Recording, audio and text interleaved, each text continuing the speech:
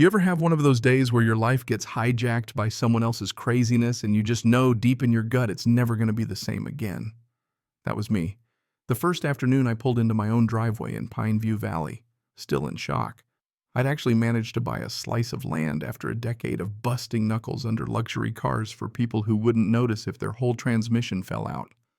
I just sat in my battered old Ford, looking out at the faded barn and the crooked little house that were finally mine, thinking I made it, man. I actually did it. And then I saw her in the mirror, a woman in fire engine red yoga pants storming toward me with her phone already out, talking to it like she was broadcasting live from a war zone. She got right in my face. Linda Morrison, I'd learn later, though. At that moment, I just thought of her as Red Alert. "You can't park here," she shrieked, camera trained on me like I was some exotic animal. "You're blocking emergency access. There are children." Next thing I knew, she was dialing 911, shrieking, "There's a terrorist in our community." I was still trying to explain. "Ma'am, this is my property. I just closed on it." But she was already giving my truck's description to the dispatcher, waving her tape measure around like she was CSI HOA edition. She even measured the distance from my bumper to the street, live streaming the whole thing. And when it turned out I was way further from the road than the law required, she just huffed, "This tape measure is broken." Again for her 2 million viewers. By the time the cops rolled up, they looked like they'd been through this song and dance before. One officer, barely hiding his amusement, told her, "Ma'am, he's parked on his own property." She spun on her heel to her audience. "The police are in on it. They're protecting the terrorist." Then, trying to make her big dramatic exit, she tripped on a crack and wiped out, hard, her phone landing face up on the driveway so the internet got a live feed of nothing but blue sky and her groaning in the background. The comments were savage. The cops, trying not to laugh, muttered to each other about how this was her 17th false call that month. She left, still promising I'd be gone in a week, and I realized, yeah, this lady's not just a little high-strung. She's got a personal vendetta against parking. I installed security cameras that night, and it was a good thing I did. Next morning, I saw footage of Linda sneaking onto my land at 5 a.m., photographing my license plate from every angle, even climbing a ladder for aerial shots again in that red getup. Later, I overheard her blackmailing Harold, our HOA president, a nervous guy who looked like he'd rather eat a scorpion than cross Linda. She hissed, "Get rid of him or I'll tell everyone about 2019. Remember the handicap spot at the motel? Poor Harold turned white as paper. He'd been parking where he shouldn't, meeting up with someone he shouldn't, and Linda had the receipts. Just as I started wondering how deep this rabbit hole went, Emma, the neighborhood lawyer, showed up with a folder. She'd been harassed by Linda, too. 12 cop calls over her poor people's car, she said, because Linda claimed her Honda brought down property values. Emma dropped the bomb. Linda had blackmailed Harold for years with those motel photos. "She's basically running the HOA," Emma explained. I started to feel like I was living in a satire. I mean, who needs Netflix when the HOA president's being strong-armed by a suburban yoga pants dictator? The next week was hell. Every single day, Linda found a new reason to call the cops. My truck had weapons in it. It was wrenches. It was leaking chemicals, old oil stain blocking cameras, you name it. She'd stage photos to make normal stuff look sinister, post it online, and whip the neighborhood Facebook group into a frenzy.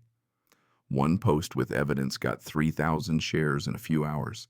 Then my biggest client called, nervous about all the criminal activity. There went $10,000 a year, just like that. Karma circled back, though. Linda parked illegally while printing more flyers about me and ended up trapped between 2 delivery trucks, missing her yoga class and HOA meeting while ranting at anyone who'd listen. Didn't slow her down, though. Next day, a tow truck showed up at my place, Linda jumping up and down, trying to bribe the driver into hauling my truck. "I can't tow from private property, lady," he said. "Triple pay 5 times, but he just drove off." Things turned upside down when Rachel, an investigative reporter, started sniffing around. She'd noticed a pattern. Linda did this in 3 other cities, stirring up drama about parking until she got forced out, then reinvented herself elsewhere. Rachel had the receipts everywhere Linda went. The chaos followed, usually for about a year. Then she'd vanish. And then twist, someone left a USB drive on my doorstep, videos of Linda rehearsing parking confrontations in empty lots at night, screaming at invisible cars. In one, you could see a document on her dash, an HOA Parking Enforcement Committee charter dated 1987. But the HOA wasn't founded until 95. The font wasn't even around back then. Emma recognized it immediately. Linda was forging history, making up rules so she could lord them over the community. Linda went nuclear. She used burner phones to call the cops 10 more times in 3 days, recruited her cousin, the local code inspector, to fine me $2,000 for nonsense like my fence being 2 inches too tall. And then the crowning moment at 3 a.m. She painted "No parking forever" in giant red letters across my fence, spilling paint everywhere, practicing forged signatures on my property while the security cameras rolled. Her attempt at cover-up just made the mess worse, and the footage of her sliding around in paint went viral. The next days were a circus. Linda rented a billboard to declare my truck was tanking property values. Neighbors crowdfunded a counter billboard with her paint-covered mugshot and her 9 emergency calls about legal parking.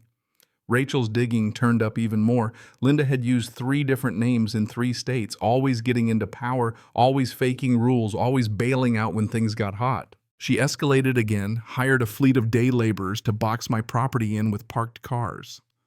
Ended up trapping herself, and then called the cops 3 more times for aggressive parking. And I kid you not, reflection-based assault. I couldn't make this up. A neighbor, Owen, finally handed over proof that Linda was plotting to fabricate evidence and frame me for stealing from the HOA treasury. So I made my move, broke into the HOA office at 2 a.m., found years of emails, Linda's blackmail, her fake fines, $20,000 siphoned off. At the next HOA meeting, I laid it all out: emails, forgeries, videos of her practicing fake signatures, and a list of her aliases. Harold, cracked under the pressure, admitted Linda'd been running the show.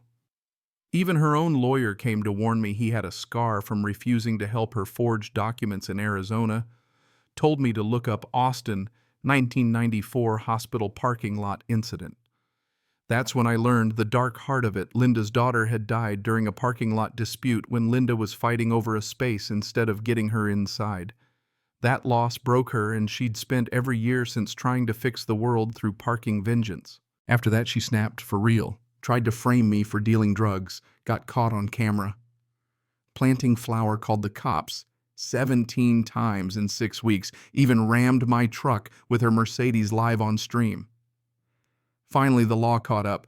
Federal charges, fraud, extortion, mail, and wire crimes, racketeering, all stacked up.